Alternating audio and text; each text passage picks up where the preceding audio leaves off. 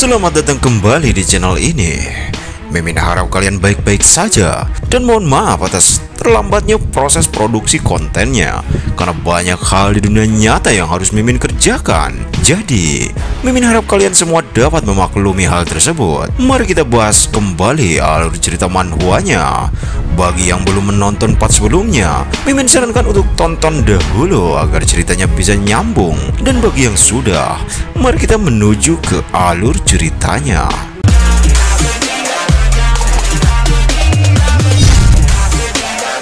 3 bulan berlalu sejak hari di mana Shiron mulai bekerja sebagai pustakawan keluarga Ogun. Terlihat saat itu Shiron sudah mulai terbiasa dengan pekerjaannya, dan dia juga mendapatkan beberapa informasi kecil dari para pelayan laki-laki di tempat itu.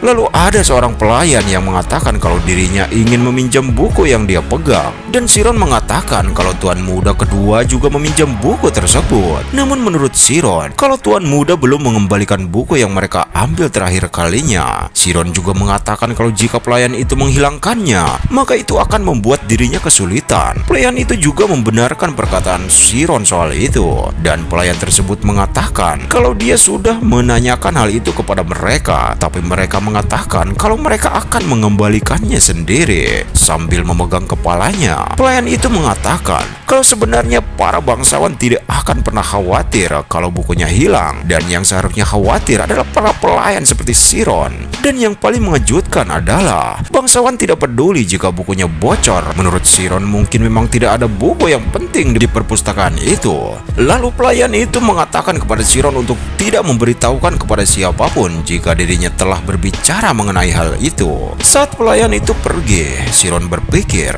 kalau semua itu bukan berarti dia tak berada di posisi yang sama sulitnya dengan pelayan yang lain. Shiron juga berpikir kalau para bangsawan hanya bersikap santai saat ini. Faktanya bahwa rakyat jerata yang harus mempertaruhkan nyawa mereka untuk hal-hal yang bahkan para bangsawan tidak akan mengingatnya. Ia juga berpikir kalau para pelayan menjadi sedikit kejam agar bisa menghindari kesalahan sekecil apapun. Sambil mengerjakan tugasnya, Shiron mengatakan kalau para bangsawan akan peduli padanya atau tidak, itu tidak menjadi masalah, karena menurutnya hidup dengan tenang adalah pilihan yang terbaik baginya. Kemudian tiba-tiba terdengar teriakan suara pria, dan pria itu berlari ke dalam sambil berkata, "Sialan, dasar kau kakek tua." Shiron yang saat itu sedang fokus dengan tugasnya sangat terkejut dengan sikap pria itu, dan dia bertanya-tanya tentang apa yang sebenarnya terjadi.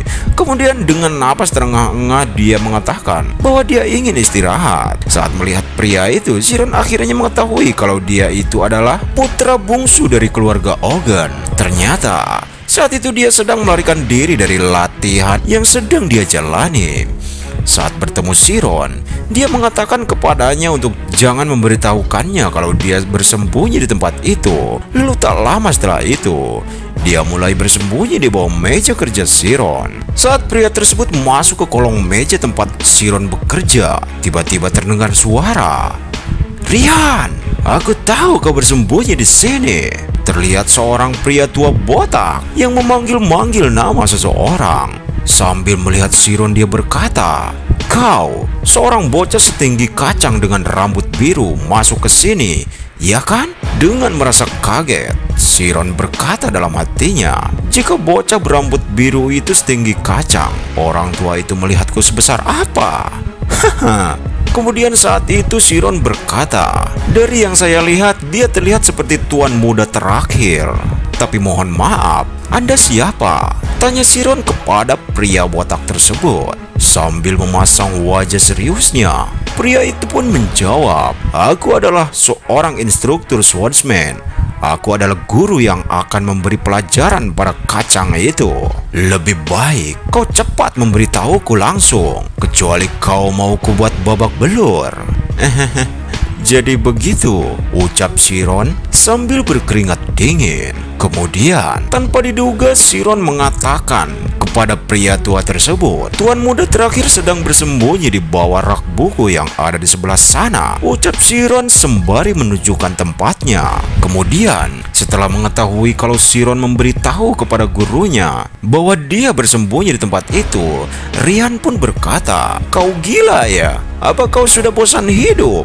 Kemudian guru itu mengangkat Ryan dari persembunyiannya, dan Ryan mengatakan kalau hal itu adalah kesalahpahaman. Lalu guru itu menyeret Ryan untuk ikut dengannya, dan pria tua itu pun berkata, "Sini kau bocah nakal, rupanya mentalmu perlu dilatih lagi." Kemudian sambil melihat Chiron, Ryan berkata, "Awas kau, akan kubalas nanti." Saat itu Chiron berpikir kalau tindakannya sudah benar, karena sepengetahuan dirinya bahwa instruktur punya kekuasaan yang diberikan kepala keluarga. Jadi dia tidak punya pilihan lain. Menurut humor yang tersebar, kalau Ryan akan dibawa ke pegunungan untuk dilatih selama 1 bulan. Chiron saat itu membutuhkan waktu selama 20 hari. Namun setelah memahami buku pertama yang dia baca, dia berhasil membaca 82 buku dalam waktu 4 bulan. Kemudian Chiron mengatakan kalau hal seperti itu seperti yang dia perkirakan sebelumnya, karena hanya awalnya saja yang sulit. Itu karena tak ada satupun buku yang berisi informasi baru.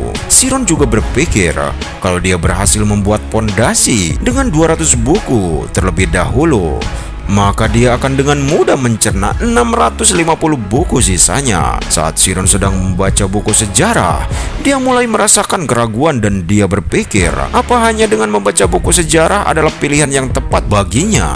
Namun saat dia mempelajari aktivitas para penyihir di masa lalu, dia semakin yakin kalau dia sudah memilih keputusan yang tepat menurutnya. Jika cendekiawan yang menciptakan sebuah teori, maka penyihirlah yang akan mewujudkan teori itu di dunia nyata. Setelah mengetahui hal itu, Chiron pun berpikir kalau cendekiawan dan penyihir bisa dibilang sama. Namun menurutnya, tidak semua cendekiawan adalah seorang penyihir, karena mereka tidak bisa memasuki mode spirit zone.